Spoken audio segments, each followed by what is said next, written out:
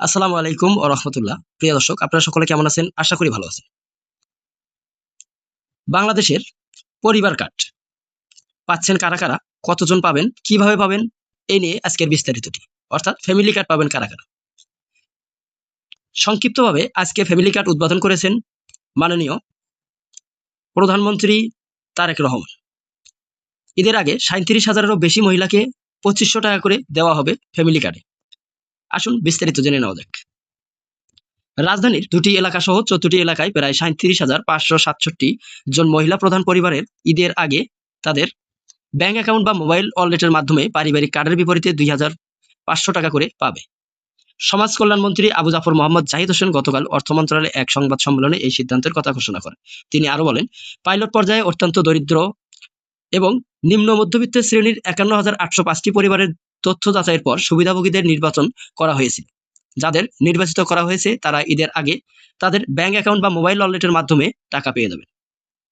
প্রধানমন্ত্রী তারেক রহমান আজ করাইল বস্তিতে ফ্যামিলি কার্ড কর্মসূচির পাইলট পূর্বের উদ্বোধন করবেন বলে আশা করা হচ্ছে। ব্রিফিংয়ে অর্থমন্ত্রী আমির খসরু মোহাম্মদ চৌধুরী বলেন, পাইলট প্রোগ্রামটি জুন মাস পর্যন্ত চলবে। পূর্ণাঙ্গ প্রোগ্রামটি আগামী অর্থবছর থেকে শুরু হবে। ধীরে ধীরে এটি নিম্ন আয়ের গোষ্ঠীর থেকে উচ্চ আয়ের গোষ্ঠীতে সম্প্রসারিত হবে এবং অবশেষে দেশব্যাপী বাস্তবায়িত হবে। অর্থমন্ত্রী আরো বলেন, এই কর্মসূচি স্বচ্ছতার সাথে পরিচালিত হবে। যে কোনো রাজনৈতিক দলকে সমর্থন করুক না কেন, সকলেই এর সুবিধা পাবে। সাংবাদিকদের এক প্রশ্নের জবাবে প্রধানমন্ত্রী ও অর্থ পরিকল্পনা বিষয়ক উপদেষ্টা রাশেদ আল মাহমুদ তিতুমির বলেন, সরকার কর্মসূচির অর্থায়নে কোনো সমস্যার সম্মুখীন হবে না। বর্তমান সামাজিক নিরাপত্তা কর্মসূচিতে অনেক ত্রুটি বিচ্যুতি রয়েছে। এগুলো সংশোধন করতে অপচয় হ্রাস পাবে এবং কর ডিজিপি অনুপাত বৃদ্ধি পাবে। ফলস্বরূপ অর্থায়ন কোনো সমস্যা হবে না, তিনি আরো যোগ করে বলেন।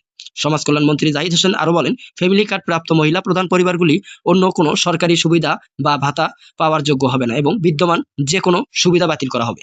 তবে সেই পরিবারের জন্য সদস্যদের সুবিধাগুলি প্রভাবিত হবে না।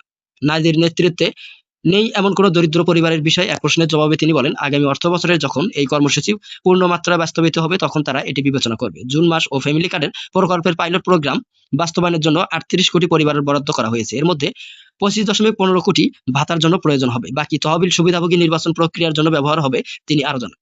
সরকারের চূড়ান্ত লক্ষ্য হলো ধীরে ধীরে 2 কোটি পরিবারকে ফ্যামিলি কার্ড কর্মসূচির আওতায় মাসিক নগদ সহায়তা আওতায় আনা হবে। সমাজ কল্যাণ মন্ত্রণালয় কর্তৃক প্রস্তুতকৃত ফ্যামিলি কার্ড পাইলট বাস্তবায়ন নির্দেশিকা 2026 থেকে 2023 সালের মধ্যে প্রতিটি নাগরিকের জন্য family card, universal social ID card ও রূপান্তরিত করার এবং 2028 সালের মধ্যে সামাজিক নিরাপত্তা বাজেট ডিজিপির 3% উন্নতি করার প্রকল্প করা হয়েছে। বর্তমানে 23টি মন্ত্রণালয়ে 95টি সামাজিক নিরাপত্তা কর্মসূচি পরিচালনা করা হয়েছে।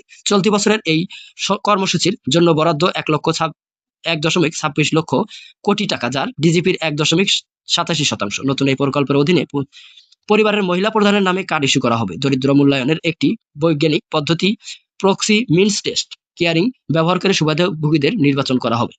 প্রিয় দর্শক, আজকের মতন এই পর্যন্তই। পরবর্তী সব নিউজ পেতে আমাদের সঙ্গেই থাকুন।